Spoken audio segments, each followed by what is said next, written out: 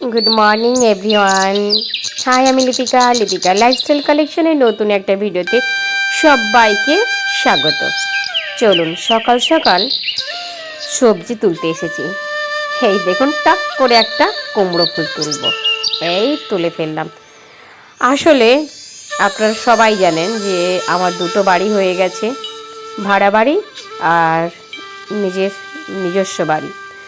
তা ভাড়া বাড়িতে আমি তো সোমবার রাত্রেতে যাই, সন্ধ্যা বলতে 8:30টার দিকে যাই।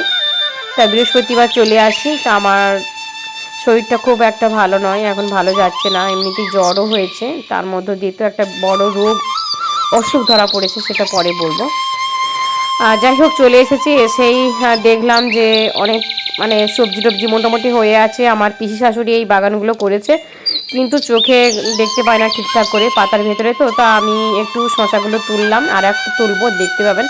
আর না, আজকে কুমড়ো ফুল একটা বেশি একটা ফোটেনি। অন্যান্য দিন অনেক ফোটে, তখন অনেক সবজি থাকে। তা একই সবজি সবসময় খেতেও ভালো লাগে না। তা আমি ভাবলাম যে অল্টার করে খাই আজকে, না সবসময় তো একই একই খাই, একটু বেসন দিয়ে ভাজা করব, কুমড়ো ফুলের ভাজা। তাই একটু কুমড়ো ফুল তুলতে গেলাম। কুমড়ো ফুল তুলতে গিয়ে দেখি না, শশা গাছ পাতার ভেতরে লুকিয়ে আছে। ও বাবা, আমার চোখে ধরা পড়ে গেছে, একটু বেশি লাল হয়ে গেছে একটু। যাই হোক, আর এই শশা গাছটা দেখুন, অনেক শশা আছে পিছুমনি, ওই যে কালো পেপার, সাদা পেপারগুলো বেঁধে রেখেছে গাছে লাফিয়ে লাফিয়ে। এটা কী করে, খিরিস গাছ যেটা বলে আমাদের এদিকটা গ্রামাঞ্চলে বলে খিরিস গাছ, জানি না কী গাছ বলে আপনাদের শহরাঞ্চলে।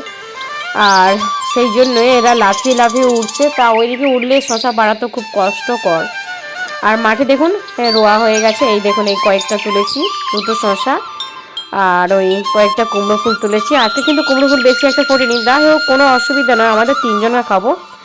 চলুন এবার লাল শাক তুলে ফেলি ঝটাপট। লাল শাকের ভাজা না দারুণ লাগে। আর আমাদের শরীরে কিন্তু কালারিং শাকসবজির প্রয়োজনীয়তা অনেক দরকার থাকে। তা কালারিং শাকসবজি খাওয়া উচিত। যদিও শ্রাবণ মাসে শাক খাওয়া উচিত নয়, কারণ শাকে পোকা থাকে। তা আমার একটু ইচ্ছে হলো যে রসুন দিয়ে লাল শাকের ভাজা খাওয়ার। তারপরে চলে এলাম এইখানে। এটাতে প্রত্যেক বছর এই বর্ষাকালে এইখানে সব কুঁদরি গাছ হয়। আমাদের গ্রাম্য ভাষায় এই সবজিটাকে বলা হয় কুঁদলি। কুঁদলি বলা হয়ে থাকে। যাই হোক, সে কুঁদলি হোক আর কুঁদরি হোক, এই সবজিটা বিনা সারে হয়ে থাকে। এবং আমার বাড়িতে যে সবজিগুলো হয়ে আছে বর্তমান, অনেক সবজি দেখানো হয়নি, সবগুলো কিন্তু বিনা সারে, আর যার টেস্ট শতগুণ। আর এবার সব তোলা হয়ে গেছে, আর দেখতেই পাচ্ছেন দু হাতে চুড়ি পরে ফেলেছি অলরেডি। এবার সবজি কাটার জন্য রেডি হয়ে গেছি। প্রথমে যেটা নিয়ে বসেছি সেটা হচ্ছে তেলাকুচি পাতা, একদম লোভনীয় শাক, প্রায় সবারই প্রিয়। তবে না, অনেকেই আমাদের গ্রামাঞ্চলে শহরাঞ্চলে খায় কিনা জানি না, হ্যাঁ তো খায় তো বটেই, আর খাওয়া উচিত। যেনারা খান না তিনাদের উদ্দেশ্যে একটা কথা বলি, এই যে আমি সবজিগুলো কাটছি, আপনারা এই ভিডিওটার মাধ্যমে ফলো করবেন আমি কোন কোন শাক খাচ্ছি এবং কিভাবে আমি শাকগুলোকে পরিষ্কার করছি, সেইভাবেই আপনারা করবেন। এই শাকটার নাম হচ্ছে তেলাকুচি পাতা, আমরা গ্রামাঞ্চলে বলি তল্লি শাক।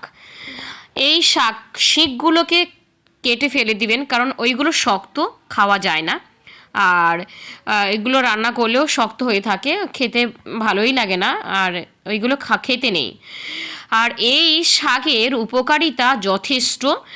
আর গায়ের শরীরে যে জ্বালা পোড়া কমায়, রক্ত শোধন করে। আর একটা যেটা, সেটা হচ্ছে আমাদের যে পিত্ত, শরীর যে পিত্ত, সেই পিত্ত নাশ করে। এছাড়াও অনেক গুণ রয়েছে। আর আমার হাজব্যান্ড ডক্টর জানাবাবু অনেকগুলো বলেছিলেন কথা, কিন্তু মোটামুটি 3টে কথা আপনাদের কাছে বললাম। এরপরে চলে এলাম কুমড়ো ফুল নিয়ে। কুমড়ো ফুল ভিটামিন সি যুক্ত কুমড়ো ফুল আমাদের তারুণ্যতা বজায় রাখে এবং বিভিন্ন প্রকার রোগ সংক্রমণের হাত থেকে আমাদেরকে রক্ষা করে। আর কুমড়ো ফুলটা তো সবাই জানেন কিভাবে কাটতে হয়, তাই আর বলছি না, দেখে নেন আমি কিভাবে কুমড়ো ফুলটাকে কাটছি। আর এই কুমড়ো ফুলের ভেতরে কিন্তু পোকা থাকে, আপনারা পরিষ্কার করে নেবেন। এরপরে যেটা দেখাবো সেটা হচ্ছে একটা দারুণ একটা শাক, সেটা হচ্ছে শ্বেত ফুলকা। সবসময় মনে রাখবেন যে ঘরোয়া শাক সবজি খাবেন, আর ঘরোয়া শাক সবজি খেলে শরীর ভালো থাকবে, কারণ এইগুলো সারবিহীন। বাজারের সবজিকে অ্যাভয়েড করবেন, তবে সুস্থ থাকবেন। আর এই শ্বেত ফুলকা শাকটা যাদের ব্লাড উৎপন্ন হয় না তারা অবশ্যই খাবেন। প্রত্যেকটা মানুষেরই খাওয়া উচিত, শুধু যাদের অসুস্থ তারাই খাবে সেটা নয়। এটা ভালো করে ধুয়ে পরিষ্কার করে শিলনোড়াতে থেতো করে আর খাবেন। আর যদি পারেন তো, যদি খেতে বাচ্চারা না চায় তাহলে একটুখানি বাতাসা দেবেন, দিয়ে বাচ্চাদের খাওয়াবেন। পকোড়া, আলু দিয়ে ভর্তা, চচ্চড়ি, বিভিন্ন শাক ভাজা, বিভিন্নভাবে এই শাকটা খাওয়া যায়। আর মনে রাখবেন এই শ্বেতপুলকা শাক কিন্তু ব্লাড উৎপন্ন করে। আর এরপরে চলে এলাম লাল মারিচ। লাল মারিচ তো আগেই বলে ফেলেছি, কিন্তু লাল মারিচের একটা শ্রাবণ মাসের দিকে তো শাকের পোকা থাকে পাতাতে, তাই লাল মারিচটার এই পেছনের দিকে দেখবেন, এখন লাল মারিচ হোক বা সজনে পাতা, পেছনের দিকে দেখবেন পুটকি পুটকি হয়ে আছে, ওই পাতাগুলো অবশ্যই বাদ দেবেন। সারবিহীন ঘরোয়া শাকসবজি খান আর শান্তিপূর্ণভাবে রাত্রিতে ঘুমান।